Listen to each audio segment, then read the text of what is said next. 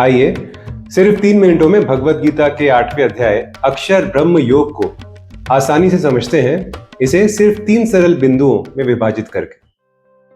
पहला पॉइंट, ब्रह्म क्या है? पिछले अध्याय का ज्ञान सुन के अर्जुन के मन में बहुत से प्रश्न उठते हैं। यह अध्याय अर्जुन के प्रश्नों से शुरू होता है, जहां वे उत्साह के साथ श्री कृष्ण से पूछते हैं, ब्रह्म क्या है? श्री कृष्ण जवाब देते हैं कि ब्रह्म एक अविनाशी तत्व है। यह तत्व हमारे अंदर भी है और बाहर भी, और इसे समझने से हम जीवन के असली सत्य को पहचान सकते हैं। ये जो ब्रह्म या ईश्वर है, ये कोई व्यक्ति नहीं है। ये कण कण में व्याप्त एक तत्व है जो शाश्वत है, इस सारे ब्रह्मांड का आधार है। दूसरा पॉइंट, ओम उच्चारण का महत्व।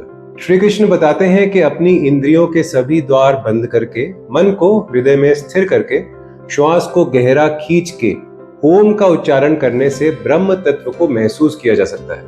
ओम को यूनिवर्स का मौलिक साउंड माना जाता है, जो सारे ब्रह्मांड में तरंग रूप में मौजूद है। ओम चैंट करने से एक यूनिक वाइब्रेशनल फ्रीक्वेंसी प्रोड्यूस होती है, जो बॉडी, माइंड और स्पिरिट को हार्मोनाइज करती है। ये यूनिवर्सल एनर्जी से अलाइन होने में हमारी मदद करती है।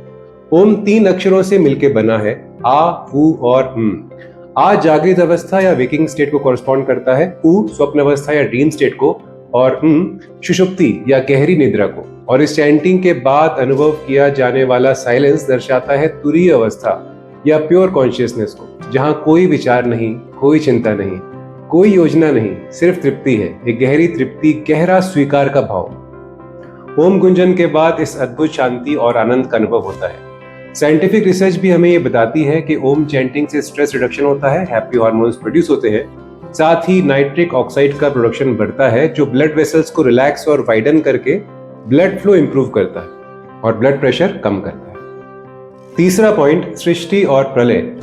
श्री कृष्ण बताते हैं कि सभी दिखने वाली वस्तुएं, जिसे प्रकट कह लीजिए या व्यक्त कह लीजिए, ये अप्रकट या अव्यक्त से उत्पन्न होती हैं, जिसे देखा नहीं जा सकता। लेकिन इस अप्रकट के परे एक और अनंत अविनाशी तत्व है, जिसका सभी जीवों के नाश होने पर भी नाश नहीं होता। यही तत्व ब्रह्म तत्व या ईश्वर तत्व है। विज्ञान के अनुसार ब्रह्मांड का जन्म बिग बैंग से हुआ था, जब ये सारा विश्व, सारी आकाशगंगाएं, सारे तारे सितारे, सब कुछ सिर्फ एक पॉइंट ऑफ सिंगुलैरिटी में थे।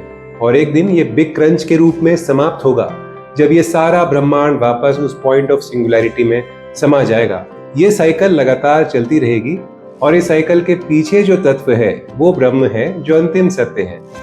ये ज्ञान व्यक्ति को ये समझने में मदद करता है कि सभी चीजें एक ही दिव्य तत्व से जुड़ी हुई हैं, और ये तत्व ही सब कुछ है।